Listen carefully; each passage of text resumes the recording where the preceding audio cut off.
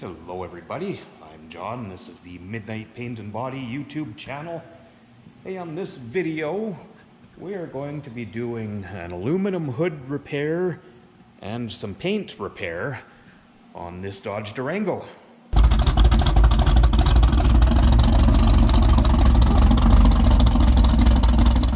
So this week, guys, we're working on this 2018 Dodge Durango. So, quick little backstory on this. So, customer had a little fender bender, and what they've done, they actually repaired it themselves, put on a bumper cover and a fender. They didn't have the means to repair the aluminum hood, so they just left that. They were just making it drivable, and then painted it themselves. So now they obviously had some really bad contamination, so the paint didn't turn out. So they just went with it and, drove it for a while. Now, just let me start off by saying, no judgment here, guys. They gave it a shot, made it drivable. There's nothing wrong with anything else they did. But, painting is a tricky thing. If you don't have, a place to do it and, clean air, I guess, what I'm kind of getting at, this can happen pretty easily. So, honestly, you stand back, driving down the road is what it is. It's not the end of the world. So I'm just going to help them out getting this back to looking nice. So we're going to be repairing this aluminum hood. Now, most shops would throw that away. I like repairing stuff. So I kind of go through the process of that, which is honestly exactly the same as if it was a steel hood. It's just a little trickier to kind of straighten up a bit. So we'll do that. I'm going to take it apart. We'll get the front bumper cover off. The fender we can just strip on the vehicle. So I'm going to start with just getting this around, giving it a wash outside, and then we'll just start kind of taking it apart and see what we're working with.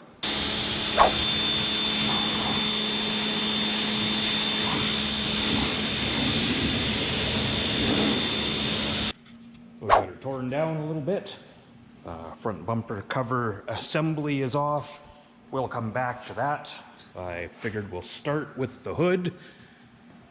So now, as you can see, the worst of it, obviously there and there, and our front edge. So I'm going to start with that front edge. Basically just a hammer and dolly. We're going to just knock that out a little bit. I am going to warm this up just a little bit. I find with aluminum, just a little bit of heat, it kind of makes it a little more pliable, I guess, makes it move around easier. So I'm going to warm that up and we'll get started.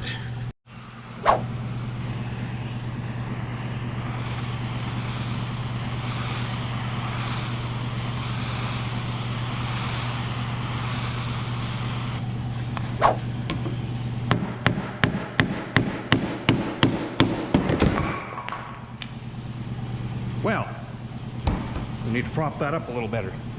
Let's try that again.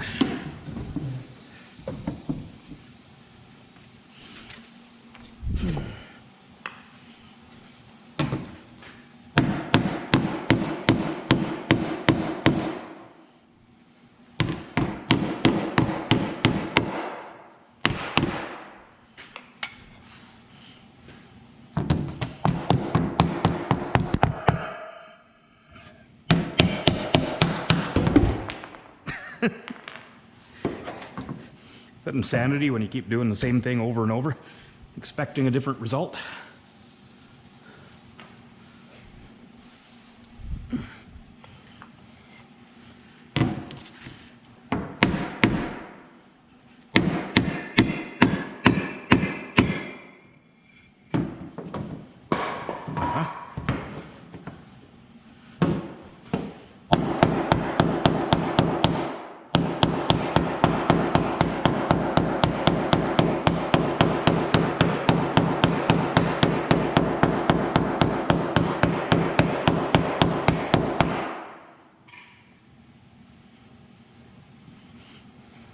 So now this area where our damage is completely boxed in.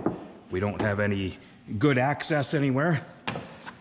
So that's where a good pick bar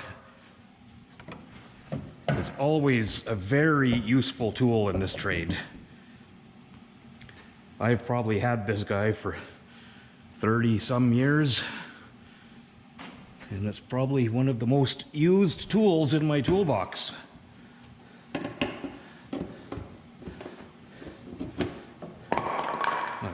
I gotta come up with a different plan for that. So there's an access hole there that it fits in. So let's just see if we can work some of this up.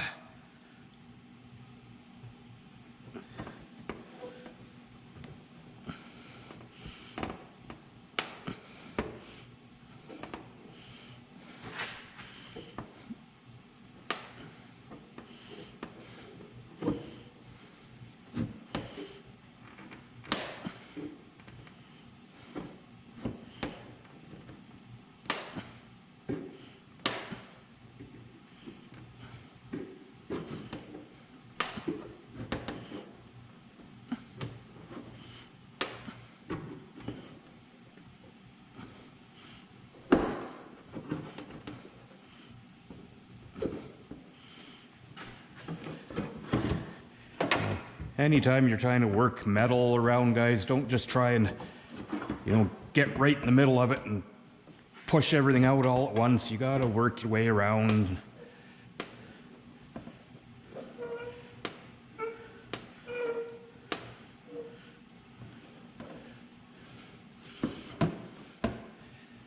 Now this is where those guys that do like the PDR, the paintless dent repair, they have a really fine touch with this stuff, and they've got way more delicate tools than what I use.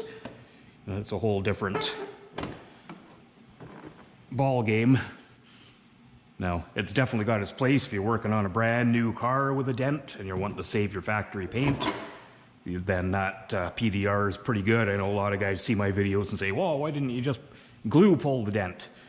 Well, in most cases with what I do, I mean, we have paint damage as well. I mean, our paint is all cracked already from these dents. We got some big chips, and actually, because this is aluminum, we've already got, I don't know if you can see that, but we've already got a bunch of corrosion on this corner, so we'll clean that up as well.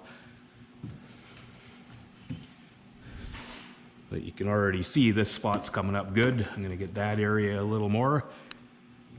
So, you get the idea. I'm gonna keep working at this, and then I'll bring you guys back for the next step. So I've got this worked out to where I feel that it's out enough for filler. I don't want to overwork the metal. You have to be careful on hoods. If you have a soft spot, like an oil can, you don't want to put filler on it because that's gonna move. Hoods are tough because there's so much heat, hot and cold, opening, closing. They're not really an area you want to use a bunch of body filler on. In this case, I mean, yeah, we're repairing this hood, and it's, I'll be comfortable warrantying my repair. But yeah, I'll kind of show you how I prep these. I just like to use the big machine because I can go nice and slow. I just have 60 grit on there, and it's going to take all this down to metal where I'm going to be putting filler.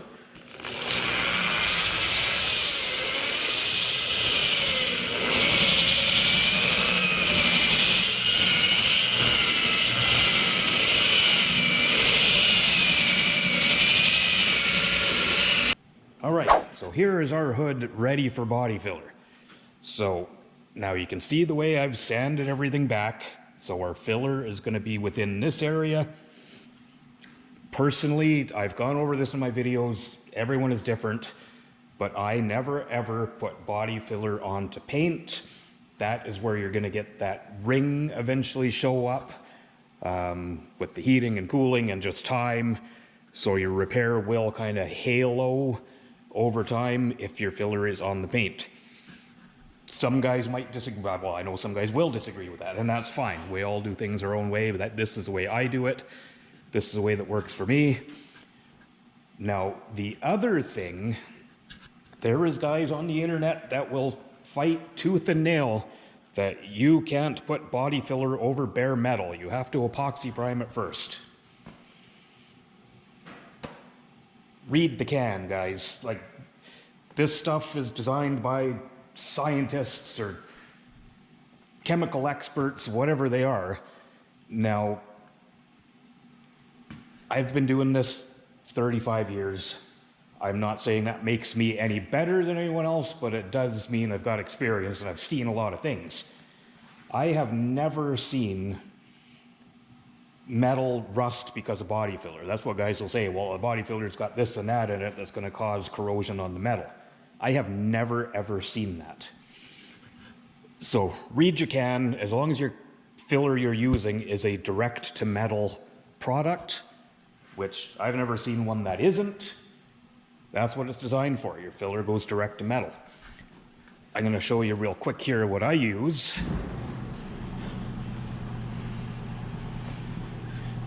More projects. So the filler that I personally like is this EverCoat Z-Grip. This is a inexpensive filler, but I really like it, so it's the one I use. So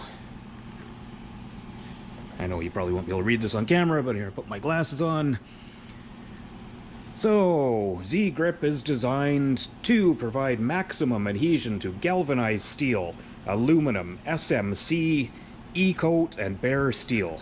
It's corrosion resistant and can maintain OEM corrosion warranty when used with the Metalworks system.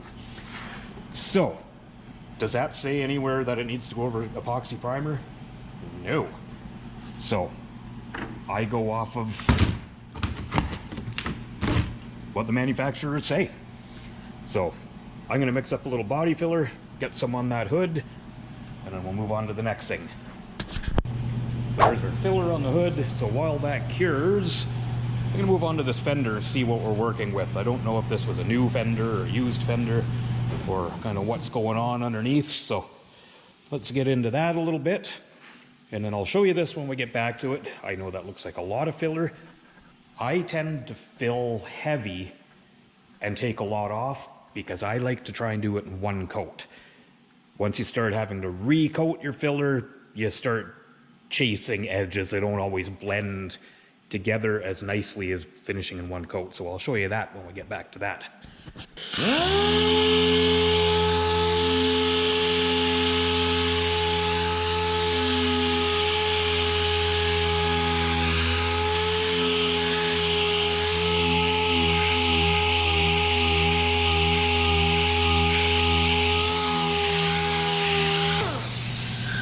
Whew, got a lot of paint on it.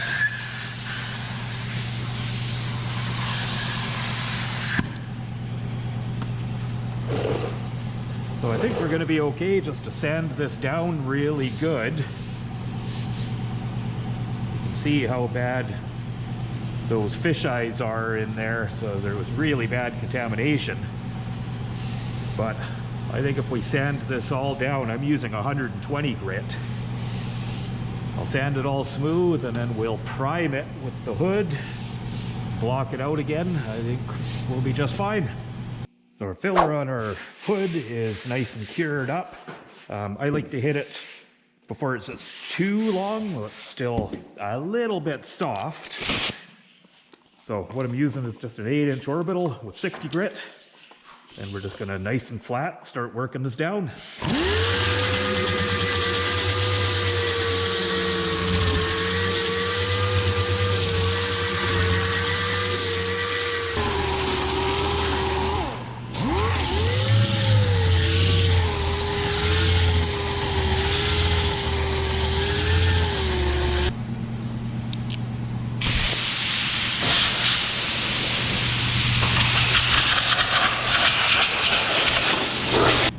So now that we have our shape more or less roughed out, so that all feels good.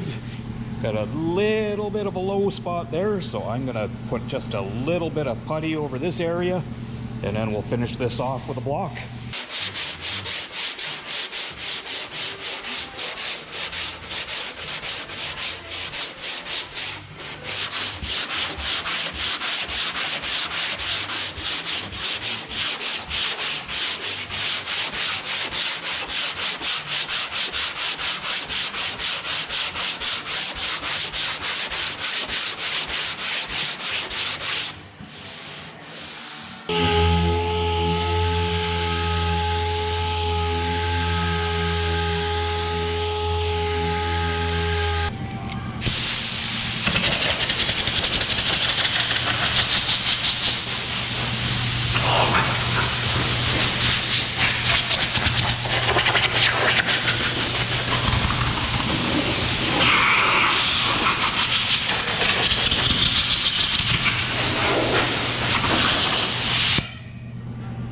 Okay, so there's our hood all repaired, guys. So as you can see, so like I said, the way that I like to do it, I mean, this is, I worked the metal out pretty nice. This is one coat of body filler and just a little bit of putty where there was a couple of really low spots. Now, what you'll see a lot of guys do is rough out their body filler and then putty the entire thing. Now, maybe it's just because, this is my own shop, I pay for materials, everything cuts into the profit at the end of the job, so if you can use less, you're obviously putting less materials into a job, but to me this is just it's a better way to repair. Putty is really brittle. I just don't like to coat the heck out of everything when it's not necessary. So yeah, so pretty straightforward stuff. Now, I know there's going to be guys in the comments saying, you should have just put a hood on it. So, an aftermarket replacement hood for this rig is $1,330. I don't know what an OEM one is from Dodge, but it probably, if I had to guess, I'd say if aftermarket is $1,300, one from Dodge is probably $1,700, $1,800. So, say I was replacing this with an aftermarket hood, $1,300 for the hood, some time to change it over. You're probably going to break all the retainers on the inner liner piece, the sound deadener. You've got inner paint, you've got outer paint. So I figured in my shop, with the labor rate, you'd probably be around $1,800 to replace this hood. What I'm doing here with repair and paint is about $750. So $1,000 less. So, I mean, yes, if this was insurance paying for this, you'd all be demanding a new hood because that's what people do. And, fair enough, it's a hood. But I'll be comfortable warrantying this repair. The filler isn't thick. Everything is nice and firm. This isn't going to move and crack. So, yeah, at the end of the day, it's a good repair. So, I'm going to finish up a little bit, move some stuff, get this thing around, we'll get some primer on it.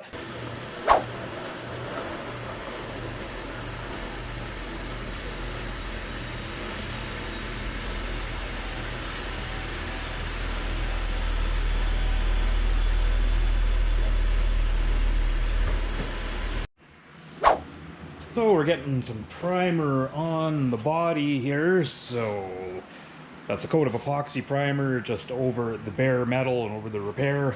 And then this will all get probably 3 coats, 2 coats on the fender, 3 coats on the hood of urethane high build primer. So while this epoxy sets up and I'm waiting to put some more primer on, let's go have a look at our bumper cover. So I've been stripping this bumper cover apart in between coats of primer in the booth there.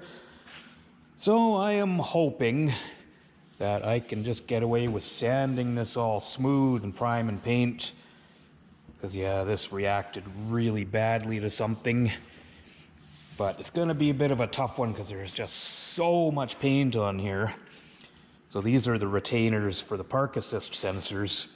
They're actually kind of flooded right in with paint in a lot of places. So I'm not really going to be able to do much about that. Those are part of the bumper cover. They're kind of glued, or actually melted onto the backside. So I could try and release those, but I think that would probably just do more damage than good. So that area is not going to be perfect. I'm not going to be able to, I might be able to razor blade out around and put that groove back in. See what I can do, but yeah, probably not a lot to show you guys here. I'm going to get sanding on this and then I'll periodically bring you back, let you know how it's going. Well, it's the next day again. Durango's out of the booth. I have spent way too much time sanding this bumper cover. I'm not quite done with it, but kind of shows you guys how deep those fish eyes go. They're pretty much right down to the base. So this thing's turned into a lot of work. Hindsight being 2020, I probably should have just ordered a new bumper cover for this thing. I didn't realize how much paint it had on it. Man, is it thick. But I'll keep sanding a bit. We should be able to just seal it and paint it. I mean, it's... Anyway. Is what it is, as they say. So let's move on to prepping some primer. So, pretty straightforward stuff. I'm just going to quickly block these out and probably just finish them with an orbital. So, I'll throw my camera on there, kind of give you guys the idea. So, block, 220 grit, and we're just going to work down our primer.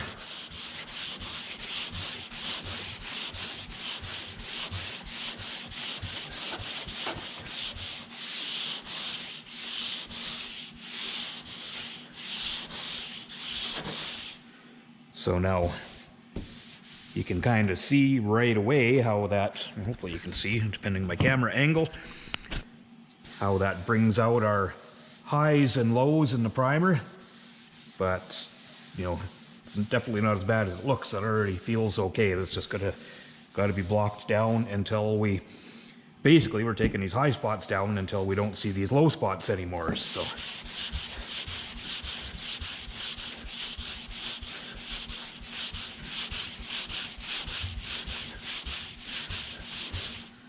Yeah, actually that primer's still feeling a little gumming up just a tiny bit. So maybe I'll break it open and just leave it for a little while, but that gives you an idea. I'm going to get this stuff blocked out. I'll probably break it open and go back to my bumper cover and let this breathe for a little while. I mean, I did have the heat off overnight last night, and it actually got cold. We got a little skiff of snow here last night again. So yeah, we'll let this cure up. And probably when I bring you guys back, we'll have her all prepped up or close to it.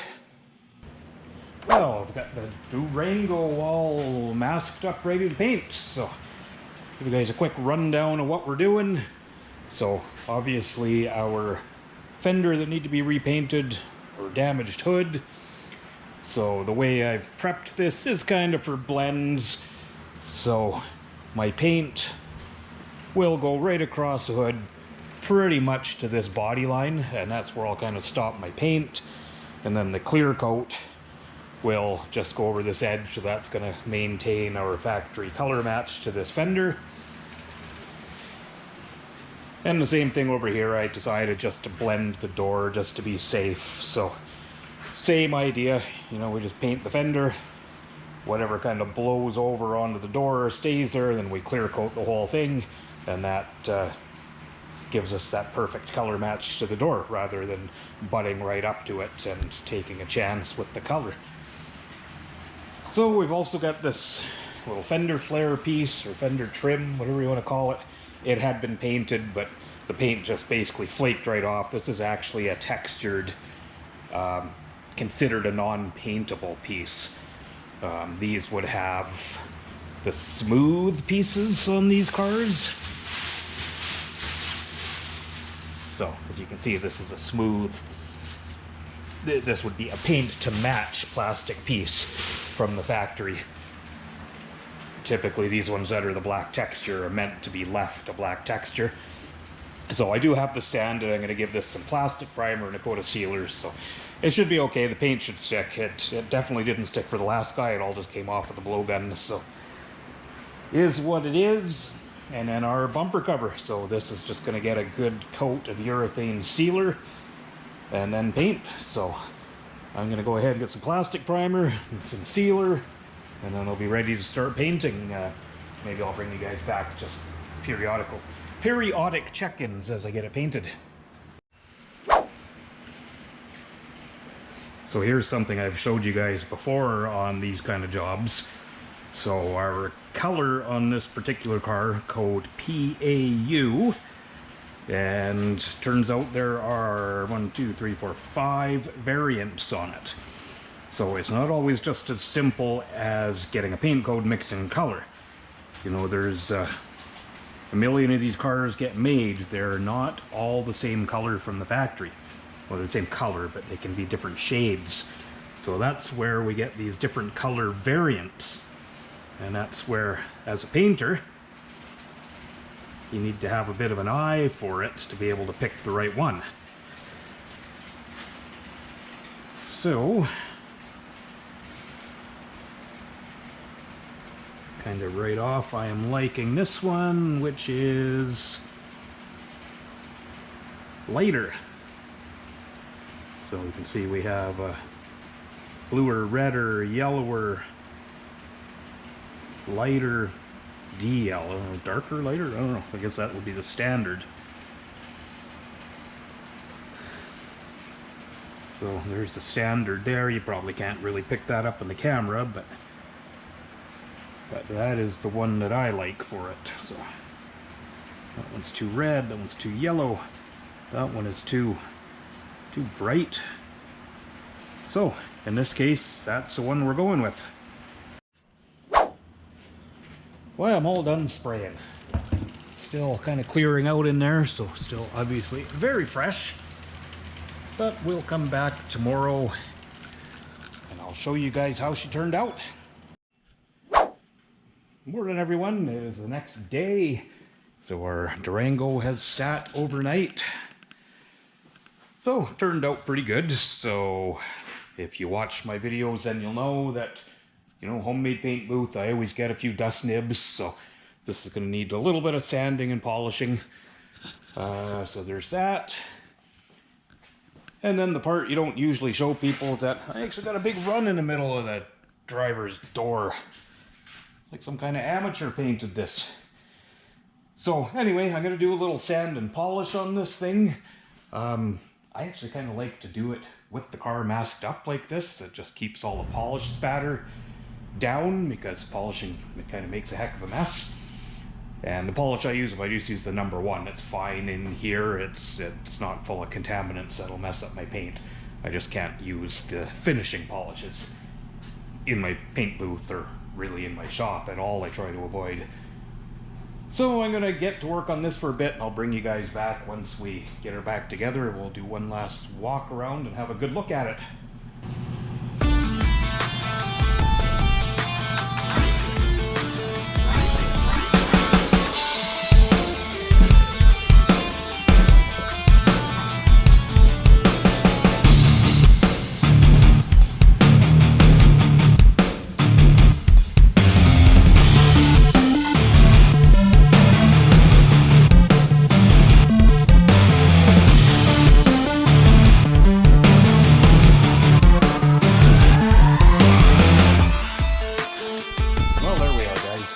Ready to go for the customer. So hopefully you found something in this video helpful. You know, maybe the aluminum hood repair, maybe just that little bit of knowledge on body filler might help you out. And like I always say in these videos, guys, I don't do these videos to try and come off as any kind of expert. I'm just a guy that does auto body, and I kind of just like to share a little bit of what I do. And you know, if that little bit can help some guys out, then I'm all for it. And as always, if there is something you would like to see in these videos, something you'd like to see more of, something you'd like to see a dedicated video on, something in the repair process, let me know. I'll do my best to bring it to you. So, as always, guys, thank you so much for watching. Hit subscribe and share and like and all that YouTube stuff, and I hope to see you on the next one.